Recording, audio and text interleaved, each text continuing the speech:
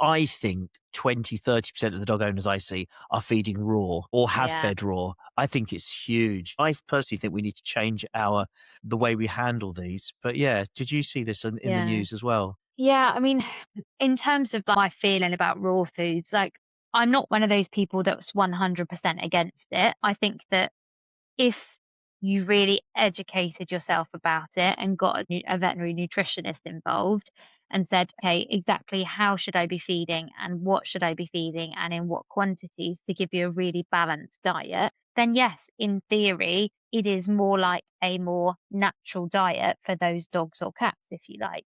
But the arguments I have with that is that a lot of people that raw feed don't do it as a nutritionally balanced meal. So if it's not nutritionally balanced, it's not the right thing to be feeding. A lot of people aren't that careful with the hygiene. And then when people are like, oh, well, when they were wolves, they fed this much. And I'm like, you own a Shih Tzu. A Shih Tzu does not have the same composition as a wild dog.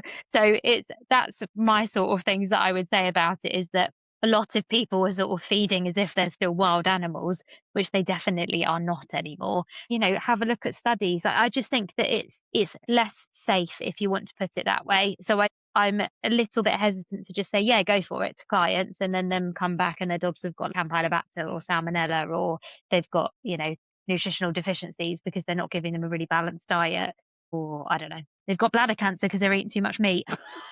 I don't know. Not enough veg. Yeah, yeah. Yeah. Well, we'll get onto this Food Standards Agency survey in a second because it was quite good.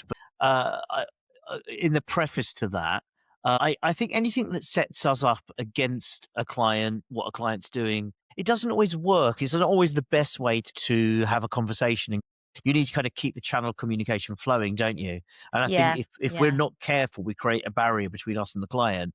And I don't think Mhm. that works. I think you haven't achieved anything then. I have a lot of sympathy with people who feed raw meat. I wouldn't do it myself, but the sympathy I have is I do have an issue with only feeding commercial kibble and nothing else at all because that's a highly processed food. And we know that ultra processed foods are really injurious to human health. And I'm going to Mm. make a punt that I bet they're pretty injurious to canine and feline health too. Now, there's different Mm. issues between dogs and cats here. Cats, obviously being obligate carnivores, but I think it's really important to have some fresh. That's why I got excited about my Scotty thing, you see, with the fresh veg. I think it's really important to have some fresh and unprocessed portion to the diet, whether that's Yeah. 20% or whatever. And I just feel like that feels like common sense to me.